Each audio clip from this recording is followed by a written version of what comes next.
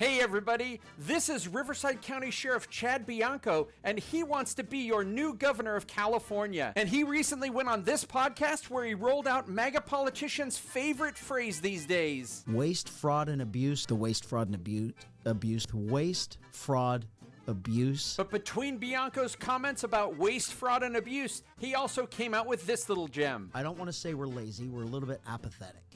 We don't pay attention to who we're voting for. We don't look into who we're voting for. All right, so Chad says we don't really look into who we're voting for, so let's go ahead and take a little look into the life of Chad Bianco. And because Chad Bianco loves to lean on the fact that he is a sheriff and also talks constantly about the out-of-control spending in California, I decided to take a look into his salary. And because Chad became Riverside County Sheriff in January of 2019, I decided to see what the previous sheriff got paid. And as you can see here, in 2018 in Riverside County, a guy named Stanley Sniff was the sheriff, and he took home $294,519 in 2018. And clearly that's not a bad salary, because currently Governor Gavin Newsom makes just $242,295 a year. But 1 year prior to that, in 2023, Chad Bianco here was named the highest paid sheriff in California, and he took home a whopping $593,518. So let me get this straight. The guy who's talking about out of control government spending and waste, fraud, and abuse